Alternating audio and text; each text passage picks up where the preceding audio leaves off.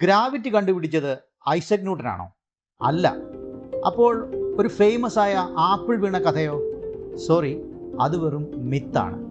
Newton ജനിക്കുന്നതിന് നൂറ്റാണ്ടുകൾക്ക് മുമ്പ് തന്നെ ഈ ഗ്രാവിറ്റി എന്ന കൺസെപ്റ്റ് ഉണ്ടായിരുന്നു. BC 4-ാം നൂറ്റാണ്ടിൽ തന്നെ അരിസ്റ്റോട്ടിൽ വസ്തുക്കൾ താഴേക്ക് വീഴുന്നത് അവയുടെ നാച്ചുറൽ പ്ലേസ് ഭൂമി ആയതുകൊണ്ടാണ് എന്ന് പറഞ്ഞിട്ടുണ്ട്. പിന്നെ AD 7-ാം നൂറ്റാണ്ടിലേക്ക് വരുമ്പോൾ നമ്മുടെ ഇന്ത്യൻ സ്കോളറായിരുന്ന ബ്രഹ്മഗുപ്തൻ ഭൂമി എല്ലാത്തിനെയും അതിലേക്ക് വലിക്കുന്ന ഒരു ഫോഴ്സ് ഓഫ് അട്രാക്ഷനെ പറ്റി ക്ലിയറായി പറഞ്ഞിട്ടുണ്ട്. അതിനുശേഷം 11-ാം നൂറ്റാണ്ടിലേക്ക് വരുമ്പോൾ ഇസ്ലാമിക് ഗോൾഡൻ ഏജ് സ്കോളറായിരുന്ന അൽ ബിരൂമിയും ഇതിനെപ്പറ്റി വ്യക്തമായി പറഞ്ഞിട്ടുണ്ട്. വീണ്ടും 12-ാം നൂറ്റാണ്ടിൽ മറ്റൊരു ഇന്ത്യൻ മാത്തമാറ്റീഷ്യനായിരുന്ന ഭാസ്കര രണ്ടാമനും ഇതുതന്നെ ഉറപ്പിച്ചു പറഞ്ഞിട്ടുണ്ട്. ചുരുക്കത്തിൽ പറഞ്ഞാൽ ഭൂമി വസ്തുക്കളെ താഴോട്ട് വലിക്കുന്നു എന്ന അറിവ് പല സിവിലൈസേഷനുകളും ഓൾറെഡി ഉണ്ടായിരുന്നു. അപ്പോൾ പിന്നെ ന്യൂട്ടൺ എന്താണ് ചെയ്തത്? അദ്ദേഹം തെളിയിച്ചത് ഈ ഫോഴ്സ് യൂണിവേഴ്സൽ ആണെന്നാണ്.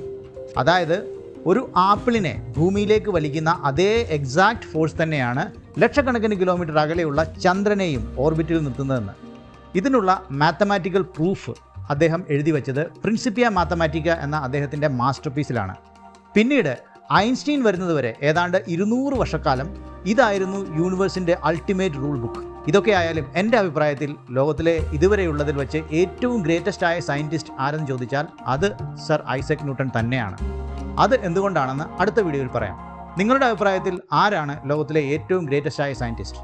താഴെ കമൻറ്റ് ചെയ്യൂ. And please subscribe the channel.